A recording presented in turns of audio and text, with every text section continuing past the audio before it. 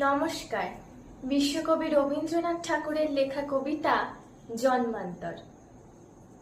আমি ছেড়েই দিতে রাজি আছি সুসভ্যতার আলোক। আমি চাই না হতে নববঙ্গে নবযুগের চালক। আমি নাইবা গেলাম বিলাত, নাইবা পেলাম রাজার খিলাত।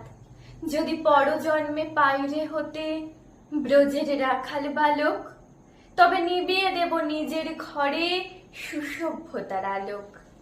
যারা নিত্য কেবল ধেনু চড়ায় বংশী বটের তলে, যারা গুঞ্জা ফুলের মালা গেঁথে পরে পড়ায় গলে, যারা বৃন্দাবনের বনে সদাই শ্যামের বাঁশি শোনে, যারা যমুনাতে ঝাঁপিয়ে পড়ে শীতল কালো জলে, যারা নিত্য কেবল ধেনু চড়ায় বংশী বটের তলে।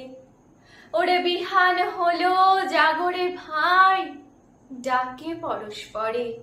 ওরে ওই যে দধিমন্থ ধ্বনি উঠল ঘরে ঘরে। হ্যারো মাঠের পথে ধেনু চলে উড়িয়ে গোখুর রেণু।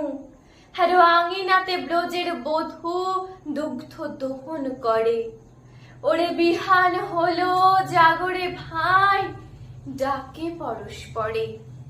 ওরে সাঙন মেঘের ছায়া পড়ে কালো তমাল মূলে।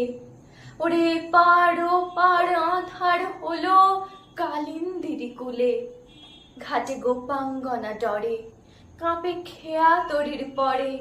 হ্যালো কুঞ্জ বনে নাচে ময়ূর কলাপ খানি তুলে। ওরে সাঙন মেঘের ছায়া পড়ে কালো তমাল মূলে।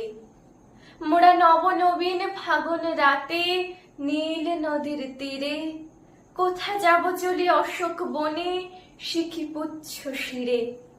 যবে দোলার ফুল রাশি দিবে নিপ শাখাই কষি, যবে দক্ষিণ বায়ে বাঁশির ধ্বনি উঠবে আকাশ ঘিরে।